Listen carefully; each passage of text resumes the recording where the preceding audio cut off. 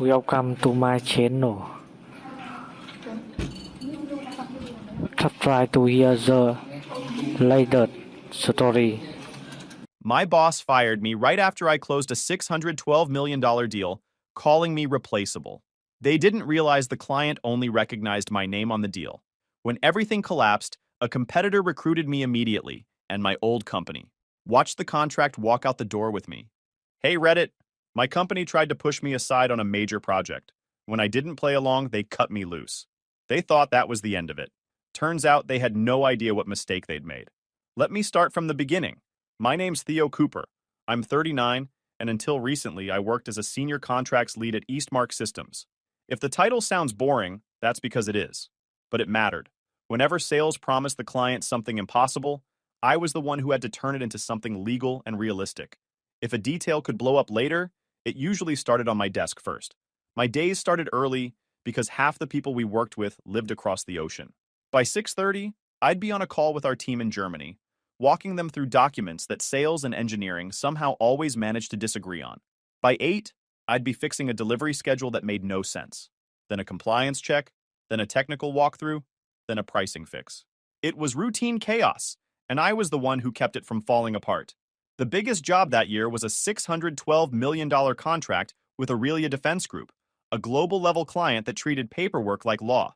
They had 3 simple rules: weekly calls to track progress, one person in charge of every major decision, no vague answers, no excuses. Their COO, Thomas Keller, was direct. If you told him something on Tuesday, he expected it to still be true on Friday. That alone eliminated most people on our side. A few months in, he asked for one person to be the oversight lead, the name he could rely on. After watching everyone else drop balls, he picked me. From that moment, everything ran through me. Aurelia emailed me directly. Engineers waited for my approval before moving forward. Compliance wouldn't send anything unless I checked it first. Not because I was special, because someone needed to be consistent, and I was the only one willing to actually do the job. By month 7, I was on 2 or 3 calls a week with Aurelia. They asked about progress, risks, testing, shipping, certifications, anything that could affect the final outcome. If a paragraph in the contract looked like it might confuse someone in another country, Thomas wanted it rewritten immediately. Every update created more updates, and somehow all of them came back to me. Near the end, the pressure got worse. Aurelia added extra checks, extra reviews, extra confirmations. When the final round was approved, Thomas sent 3 words: "This is acceptable." That was the Aurelia version of a celebration. No speeches, no congratulations. Just a green light to move forward. Once the deal was officially signed, Aurelia immediately asked for our implementation plan. They also wanted confirmation that the oversight names were still correct. My name, Operational Authority Theo Cooper, was in the contract. I confirmed it and attached the pages. That's when Eastmark started acting strange. A kickoff meeting popped onto my calendar the same afternoon. Normally, I ran those. I logged in early, opened everything I needed, prepared like usual. 2 minutes before the meeting began, the organizer changed. The title changed. And suddenly Jason Miller was listed as the host. Jason was 34, great at giving polished speeches, not great at understanding contracts. He'd helped on the edges of the deal, but he'd never led anything important. At first, I assumed someone clicked the wrong button. 5 minutes later, a message popped up. Jason will handle implementation coordination. Join if needed. The meeting started, and Jason talked like he'd been part of the whole thing. He skipped the pieces Aurelia actually cared about: real deadlines, required steps, risks that needed managing. A few people seemed confused that I wasn't speaking, but the meeting rolled on anyway. Right after, an internal email went out. Implementation point of contact, Jason Miller. The deal was finished, and somehow the entire structure around it flipped in the same week. The Monday after Jason got handed the implementation point title, the shift started quietly. You had to pay attention to see it, but I always paid attention. At 8 in the morning, the first project call invite showed up. Jason was listed as the one running it. My name was still buried in the original description, but now I was pushed down to optional, join if needed. Corporate bravery at its finest. While I was looking at the invite, Aurelia emailed me directly. They needed an updated timeline on one of the parts being certified. Easy question, fast answer expected. I forwarded it to Jason and copied the director. 20 minutes later, Jason sent back his rookie line: "I'll loop in the right groups." That usually means, "Give me time to figure this out." No follow-up ever came. By noon, procurement reached out, asking about a quantity change Aurelia mentioned earlier. I told them to ask Jason. He was the new face of the project. We already did, they said. Still waiting. Translation. The workflow was already slowing down, and Aurelia wasn't the type of client that tolerated slow. Tuesday morning, I checked the project dashboard. My name, once tied to the important parts, had quietly disappeared. Under contract oversight, the system now said, pending update, which is the polite corporate way of saying, someone changed things without understanding what they changed. At 9, the weekly update call started. Jason led it like he'd rehearsed in a mirror. Script open, voice steady, pretending he was in control. Engineering asked about 2 details we'd already settled with Aurelia months ago. Jason gave the classic stall. Let me verify and follow up. He didn't. Later that afternoon, Aurelia emailed me again, this time from Thomas himself. He wanted confirmation that 2 tasks were still on schedule. Straight to me, not Jason. I forwarded it to Jason and gave him a short explanation so he wouldn't get lost. His reply? Can you handle this one? I'm prepping internal materials. Sure he was. I emailed Thomas the correct details and the exact section references. Anything he needed was already in the executed package Aurelia had on their side. Thomas responded, understood. Simple, efficient, the way things used to be. By Wednesday, everything inside the company had shifted. Teams that normally asked me first were now forced to go through Jason. Good for hierarchy, bad for progress. His answers took longer, and half the time he explained things incorrectly. People began sending me his replies privately. Is this accurate? Does this match the contract? I corrected them, sent the right info, and watched Jason repost my explanations with slightly different wording, as if that made him look like he knew what he was doing. Midweek, HR sent me a calendar invite titled Position Alignment Review Next Steps. THR and legal together in one room? That's not a review, that's a decision. Later that day, the updated org chart went live. My role quietly shifted from Senior Contracts Lead, Program Oversight to Senior Contracts Support, a soft demotion disguised as a formatting update. Thursday morning, Aurelia emailed again, this time asking for confirmation on 2 documents. They didn't send the request to the new process Eastmark kept bragging about. They emailed me directly. I forwarded the request to the project team and attached the correct files. Engineering messaged me almost instantly. Are these the final versions? Yes, I replied. An hour later, Jason sent his masterpiece. We will review and revert. No timing, no clarity, no commitment. Aurelia hates empty language. They didn't say it, but I knew they caught it. Friday morning, Aurelia followed up asking if the official schedule still held. A polite way of saying, we think something's wrong. I forwarded it to Jason again. By the end of the day, the slowdown was everywhere. Older tasks that normally cleared in hours were now sitting untouched. Teams waited for approvals that never came. People hesitated before moving, unsure who actually had authority anymore. The workflow had bent itself around Jason's new role, and the system did not bend gracefully. That afternoon, I checked the project tracker one more time. My name was gone from the oversight section entirely. In its place, to be assigned, a blank box in a system that used to run through me. That said everything. The contract didn't change. The client didn't change. The work didn't change. The only thing that changed was who the company thought should be responsible for it. The work kept moving, just not through me anymore. The HR meeting invite showed up on my calendar for Wednesday at 10 in the morning. The title, Position Alignment Review, was vague in the way HR likes to be vague. It usually means a decision has already been made, and they just haven't said it out loud yet. The conference room they chose was small and quiet, tucked into a corner of the 4th floor. Glass wall, white table, 3 chairs, company logo glowing on the screen. The kind of room built for controlled conversations. Susan Whitaker from HR sat at one side of the table, with a folder positioned perfectly in front of her, like she practiced the handoff. David Lynn from legal slipped in 30 seconds later, carrying a laptop he didn't seem excited about using. Both of them looked like they just left a meeting they actually cared about. Susan didn't waste time pretending this was a discussion. She opened the folder and started reading the script printed inside. Theo, thank you for joining. As part of our restructuring initiative, several roles across the company are being adjusted. Your position has been identified within that process. We're here to walk through the next steps. Her tone didn't shift once. No explanation, no personalization, just straight from the script. David opened his laptop but kept his hands still. He wasn't there to negotiate. He was there to watch. Susan kept reading, eyes glued to the page. This decision follows organizational changes after recent program activity. It is not connected to performance. She didn't mention the $612 million contract I'd closed.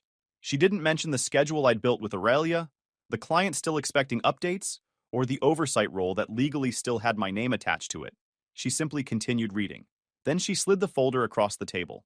This contains the separation agreement, severance package, benefit details, and your asset return checklist. I opened it. Everything inside, every form, every date, was printed earlier in the week. They made the decision days ago. Before the kickoff meeting, I wasn't allowed to lead. David finally spoke. His voice was steady but detached. Your system access will remain active until end of day. It will finish their part afterward. Please keep any personal items separate from company material. Translation: finish what you can, leave quietly, and don't take anything useful. Susan went straight into the compensation section. Your severance covers 12 weeks. Healthcare coverage continues through the end of next month. We recommend returning the signed forms within 7 days. Everything was presented like it had been rehearsed. It probably was. I asked the first question. Who's taking over my responsibilities on the Aurelia program? Susan and David exchanged a look that lasted longer than their answer. David replied with a line that tried to sound confident. Implementation leadership is being handled internally. The transition plan is still in development. He didn't name Jason. He didn't name anyone. Because he didn't know. Or because they didn't want to put it in writing. I asked the second question. If Aurelia emails me directly, where should their messages go? Susan didn't hesitate. Forward everything to the main project inbox. Leadership will direct it appropriately. Once again, no specifics. They were speaking in corporate fog and hoping I'd walk out of the room without clearing it. Susan thanked me for being professional. David nodded, closed his laptop with the care of someone closing a book they hadn't actually read. The meeting lasted under 10 minutes. There were no questions about the work in progress. No request for a handover. No curiosity about what the client expected that week. I left the room with the folder, my notebook, and my laptop. The hallway looked exactly the same as it had an hour earlier. People chatting, typing, carrying coffee. No one looked up. No one wondered why HR and legal had called me in. It was just another Wednesday to them. By 3 in the afternoon, my badge changed color. Instead of green, it flashed yellow at the door. My internal chats logged out on their own. Group channels disappeared. External email still worked. Aurelia already had my direct contact info, and I already had the executed agreement saved outside Eastmark's systems. The same locked PDF Aurelia required everyone to circulate when it was signed. I didn't need internal access to read a clause with my name on it. At 5, I packed my things. Not much to take. A couple pens, a notepad, a binder I'd made years ago that wasn't confidential. I slipped my laptop into my bag since HR hadn't asked for it yet. I walked out at 5:30. Still nothing from leadership. No one asked for a handover. No one asked for an update on the client's schedule. Their silence said more than their meeting ever did. At 8 that evening, my phone buzzed. An email from Thomas Keller. Subject: Implementation Timeline. Confirmation. His message was short, direct, exactly how he always communicated. Theo, please confirm the updated dates for compliance step 1 and document delivery. Need verified timing before internal review tomorrow. He simply sent the question to the only person he trusted with the answer. I read it twice and set the phone down. The paperwork on my counter might have changed my relationship with Eastmark. It didn't change my relationship with the contract. The morning after HR tried to close the door on me, I sat down at my desk at home and opened the Aurelia contract. Not out of nostalgia, out of precision. I went straight to the section Aurelia cared about the most. Right near the front was Clause 44F. Aurelia had insisted it stay early in the document, so no one could pretend they missed it. The wording was simple and impossible to argue with. Operational authority. Theo Cooper. Companies like to act as if job titles are puzzle pieces you can swap around. Clients, especially Aurelia, don't share that belief. I read the clause once, closed the file, and sent the contract to Rachel Monroe, the independent attorney I trusted for big deals. She'd seen enough of Aurelia's paperwork to know exactly how strict they were. I wrote her one line. Confirm enforceability. Clause 44F. She answered within an hour. Enforceable. They can terminate your employment, but they can't substitute the named operational authority without Aurelia's written approval. If they try, Aurelia can freeze performance. That was all I needed to hear. The clause didn't give me power inside Eastmark. It gave Aurelia a hard stop. Eastmark could take my badge. They couldn't take my name off a signed page without the client's signature. Around midday, Aurelia emailed again. This time, it was about a deadline we had agreed on months earlier. They wanted confirmation that the schedule hadn't drifted during Eastmark's internal shuffle. I replied the same way I always had, clear, direct, and supported by the contract. See Section 14, Subpart C. Timeline remains the same. A few minutes later, Thomas Keller sent another message. Copying Eastmark legal. Need reconfirmation of authority transition. There it was, the pressure point Eastmark hoped would never surface. I didn't follow up. The contract already answered the question better than anything I could write. And it's never smart to interrupt your opponent right as they're discovering their own mistake. 2 hours later, Eastmark Legal replied. And it wasn't fog. It was a gamble. Eastmark confirms implementation oversight will be handled internally. Operational authority may be fulfilled by Eastmark's designated representative. It sounded confident. It was also the kind of sentence lawyers write when they're hoping the other side won't quote the executed language back at them. Aurelia didn't respond. Silence from them is rarely silence. It's preparation. By late afternoon, Eastmark's internal systems started reacting to the mismatch. Procurement paused vendor onboarding because they couldn't locate a valid approval. Compliance added warning tags to 2 items waiting for signatures. Their workflow controls recognized something leadership didn't. The approvals were still mapped to the authority record created off the executed agreement, and Jason didn't match it. Jason tried to get ahead of it. He sent a mass update saying timelines were under review, and he would clarify things soon. Aurelia's reply came quickly. The tone was polite but colder than usual. Please confirm operational authority as defined in the executed agreement. They included the text of Clause 44F word for word.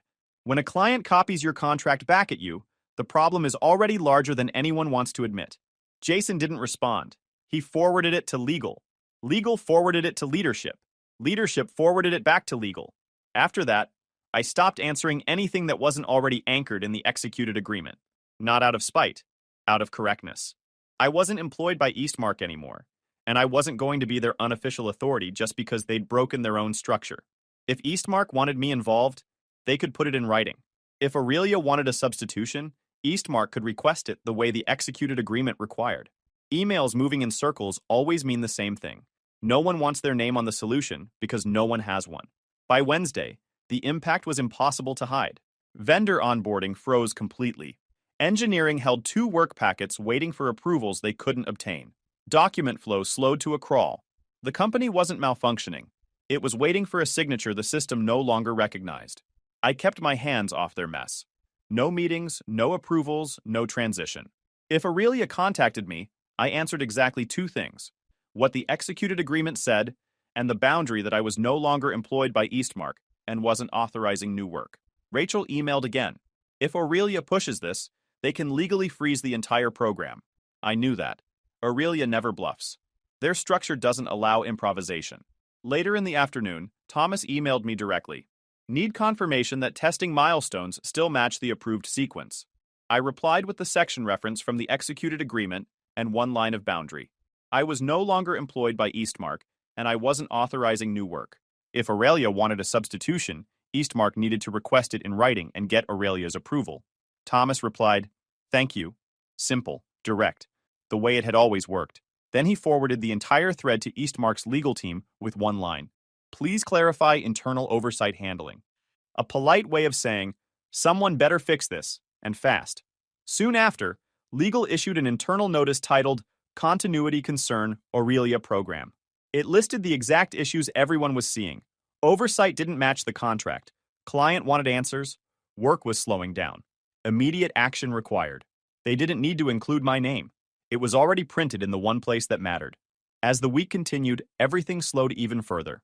Jason tried responding to new questions from Aurelia, but he kept giving uncertain answers or flat-out incorrect ones. Each time, Aurelia sent a follow-up asking for clarification, and he fell further behind.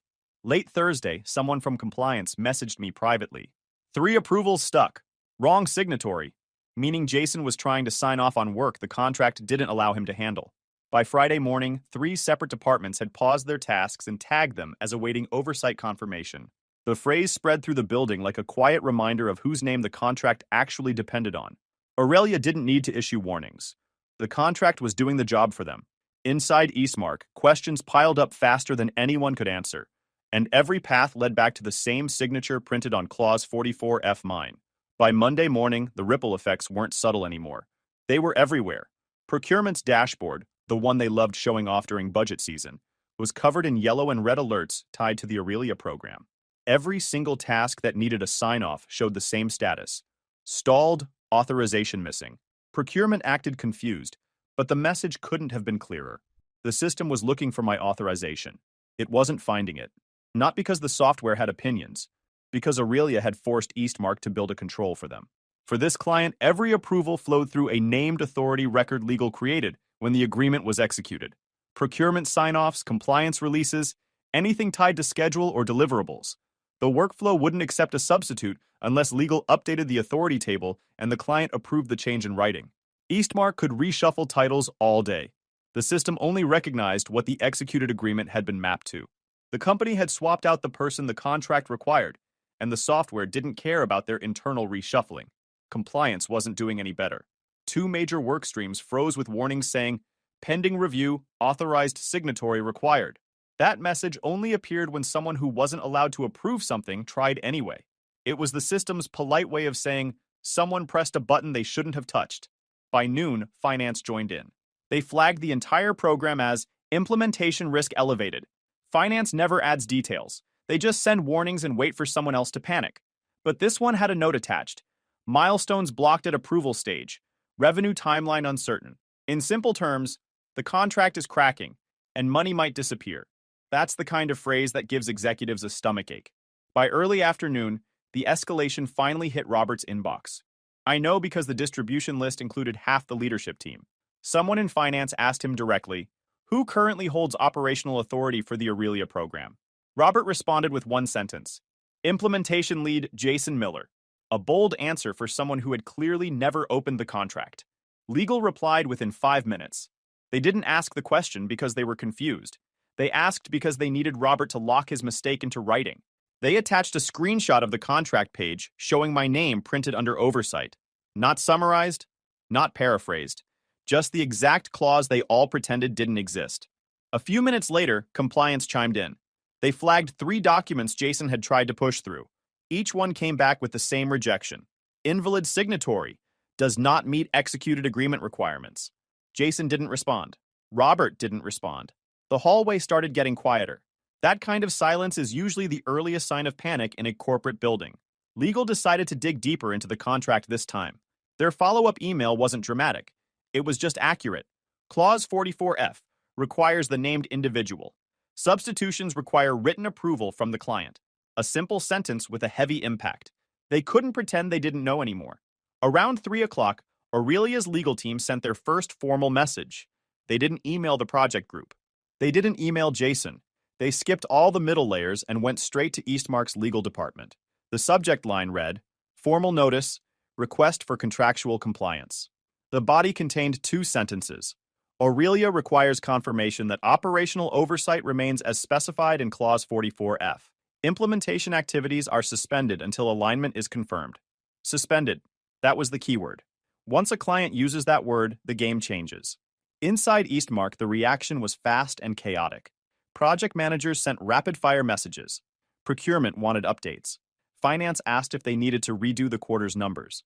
Leadership tried to create a response that didn't make them look like the ones who broke the program. They tried to hide the problem, but you can't hide a stalled $500 million project. Too many people depend on it. By Tuesday morning, the timeline in our system turned gray. Every milestone vanished. Progress bars froze in place. A giant banner stretched across the top. Awaiting oversight validation. That message meant only one thing. The approval controls tied to the executed agreement don't recognize the person trying to run the project. Jason tried to restart things anyway. He sent a mass email claiming, "Internal alignment is in progress." Realiz's response came exactly 21 minutes later. Substitute oversight not recognized. Please comply with executed terms. A professional way of saying, stop wasting our time and read the contract you signed. Then came the escalation that finally made leadership understand just how badly they had miscalculated. Eastmark had made the board list a prop months ago. When the contract was signed, leadership sent one of those victory lap emails, the kind with too many recipients and not enough sense. And they included the board distribution list like it was a trophy. Once an address is in a thread, it's not a secret anymore. It's just a button. Realiz hit reply and left the board distribution list exactly where Eastmark had put it months earlier. Board members hate surprises. They hate contractual surprises even more. Copying them wasn't a courtesy. It was a record. Inside Eastmark, the building practically vibrated. Executives booked emergency calls. Teams held impromptu meetings. One project manager asked if operational authority could be temporarily delegated, not without Aurelia's written approval, and Aurelia had already made their answer clear. Meanwhile, everything kept stalling. Vendors demanded to know why onboarding stopped. Logistics wanted shipping dates. Engineering asked who was supposed to sign off on the testing schedule. No one had an answer they could put in writing. By late afternoon, legal drafted a timid response to Aurelia. "We are reviewing internal oversight alignment. Clarification forthcoming." Aurelia answered within 15 minutes. "We expect adherence to the executed agreement. No deviations accepted." Their version of slamming the door. Finance recalculated the quarter. Project management paused all future tasks. Compliance froze document releases. Procurement held vendor slots with no idea what to tell suppliers. The entire program was sitting in the middle of the road with its engine off. The contract didn't malfunction. It wasn't outdated. It didn't need fixing. It simply stopped responding. Because the one condition Eastmark ignored was the one condition Aurelia enforced without hesitation. Corporate reshuffling doesn't outrank a signed page. A name was printed on that page. It wasn't Jason's. By the next Monday, the freeze wasn't hidden anymore. It wasn't subtle. It was loud, obvious, and spread across the entire building. Engineering tasks sat untouched, like someone had unplugged the whole department. Procurement deadlines passed without any movement. Compliance screens flashed the same message everywhere. Oversight validation required. Nothing was moving because nothing could move. The building didn't feel calm. It felt stalled. At 9:43, my phone lit up. Robert was calling me. Not emailing, not messaging, calling. I let it ring twice before I answered. "We need to discuss the Aurelia situation," he said. His voice was tight, like he'd practiced sounding relaxed and failed. I stayed steady. "I'm not with Eastmark anymore. HR made that decision pretty clear." "We're aware," he said. "But we need a temporary arrangement to stabilize implementation, just until things settle." "Talk to Aurelia," I said. "They're the ones following the contract." He let out a frustrated breath. "Theo, don't make this difficult." "I'm not making anything," I replied. "I'm telling you what's real." There was a quiet beat where he realized the conversation wasn't going anywhere useful. "We'll put something in writing," he finally said. "Do that," I replied, and hung up. 20 minutes later, legal sent a consulting proposal with a hopeful subject line, "Interim Oversight Support Opportunity." Their offer didn't match their enthusiasm. They wanted me to step in for 30 days, at a rate half of what they'd pay an outside team, written like they expected me to be thankful for it. I didn't respond. 30 minutes after that, HR sent their version. Revised transition package for short-term collaboration. They bumped the rate slightly, added something called a relationship bonus, and emphasized that they needed me to start as soon as possible. The urgency was obvious, but they were pretending it wasn't. I closed the email without responding. Around noon, Aurelia sent a message addressed to Eastmark's legal team and leadership. Operational oversight must align with Clause 44F by end of week. Failure to comply will result in suspension of the contract under Section 19. End of week. 4 days left. Legal immediately messaged leadership. "We cannot bring the program into compliance without restoring the named oversight or obtaining written client approval." Written approval was never coming. Aurelia already rejected the swap once. The email chain looked like a group of people trying every door in a hallway that only had one exit, and they'd already sealed that exit shut themselves. By mid-afternoon, Robert tried again. This time he emailed me. "Theo, please confirm availability for short-term engagement. Critical work is blocked. We need immediate resolution." I sent one sentence back. "I decline. Refer to the executed agreement." That was it. No softening, no justification. If they needed clarity, they could read the contract they'd signed. An hour later, a meeting invite labeled Aurelia Recovery Plan circulated inside Eastmark. I wasn't on it, but someone forwarded me a screenshot. Half the leadership team was listed. Jason's name was there too. Even he couldn't hide from this one. Inside the company, the freeze had become so obvious that people with zero connection to Aurelia started asking questions. Why isn't procurement doing anything? Why are compliance checks stuck? Why did finance update the projections? The answer was simple. Aurelia wouldn't accept oversight that didn't match the contract. The entire project was waiting for the company to fix a mistake they kept denying. Jason tried to recover by sending Aurelia a long email filled with bullet points, fresh deadlines, and a temporary structure he probably Googled. It read like something copied from a project management blog. Aurelia responded with a single line. Proposal rejected. Oversight must match agreement. They CC'd the board again. Jason didn't send another email after that. On Wednesday morning, legal sent Aurelia another attempt. Would Aurelia consider recognizing interim oversight for limited functions? Aurelia replied 20 minutes later, no. No extra sentences. No explanation. Just the answer the contract required. Later that afternoon, someone in quality assurance emailed me privately. We're stuck. Can you clarify what's happening? I replied, quality tasks require the approved operational authority in the executed agreement. Eastmark ended my employment, so I'm not authorizing anything. That mismatch is the block. Short, direct, accurate. By Thursday, the damage was visible in numbers rather than emails. Procurement lost 2 manufacturing slots. Finance issued a revised forecast showing a significant loss. Compliance added 4 warnings tied to Aurelia's stalled tasks. Engineering moved their people onto other projects, calling the program indefinitely paused. Everything Clause 44F existed to prevent was happening in real time. At noon, Aurelia sent their final escalation. If oversight is not restored by Friday close of business, Aurelia will activate suspension rights. All obligations will halt immediately. Eastmark had 1 day to undo a mistake they built themselves. Leadership went into overdrive. Emergency meetings. Legal drafting apologies they'd never send. HR pretending this was part of a normal restructuring. Jason making himself invisible. Robert trying to find loopholes in a contract he never read properly. Nothing worked. Oversight wasn't optional.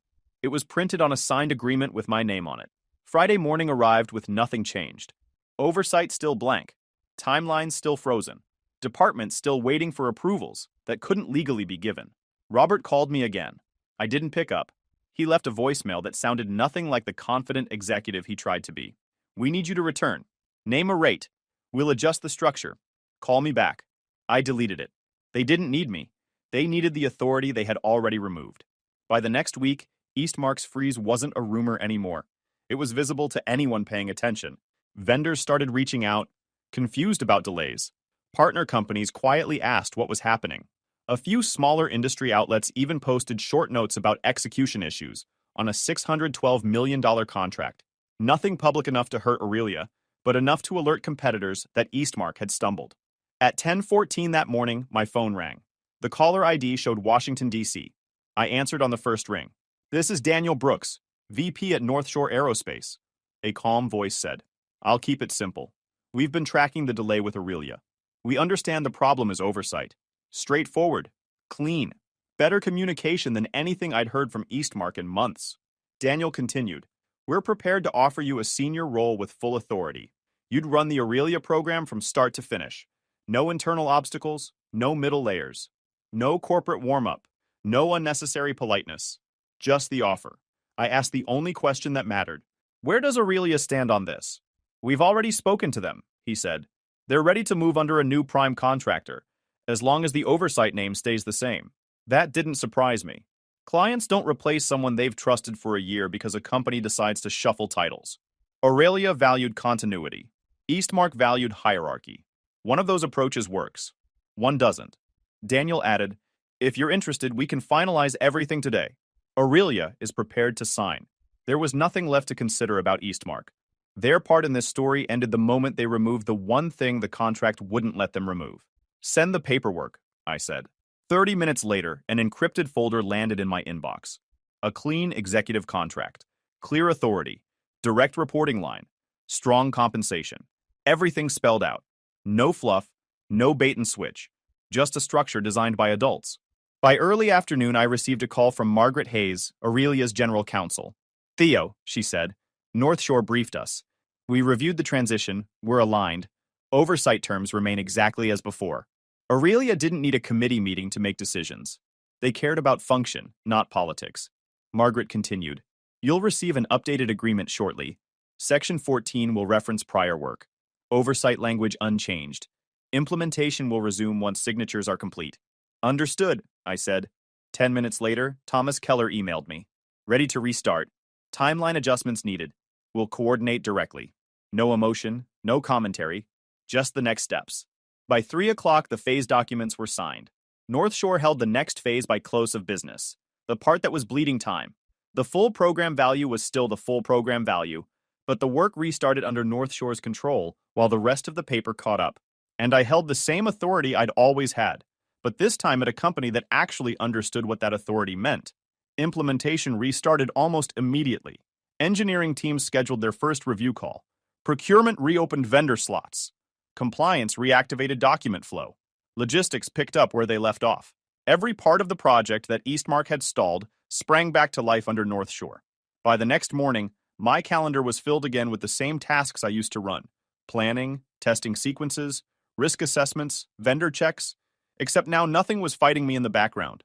North Shore didn't need introductions to Aurelia. The relationship was already built. The client trusted the process we'd developed long before Eastmark tried to reorganize it out of existence. No one mentioned the old company. Not Aurelia, not North Shore, not me. There was no reason to. Eastmark had removed itself from the equation.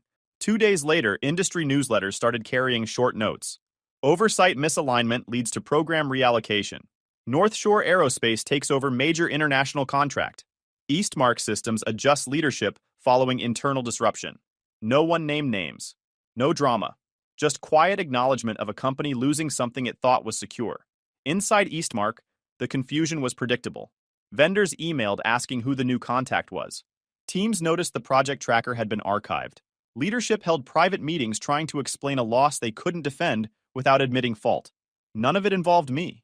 None of it needed to. While Eastmark tried to piece together what went wrong, I met with North Shore's engineering leads to rebuild the schedule. We walked through testing order, delivery timing, and remaining risks. Everything we had built originally still existed. We just needed to restart it in a place capable of supporting it. Aurelia joined the next call. Thomas didn't mention Eastmark. He didn't bring up the transition. He just said, "Let's move to milestone integration. We'll adjust based on North Shore's internal flow." North Shore followed my lead.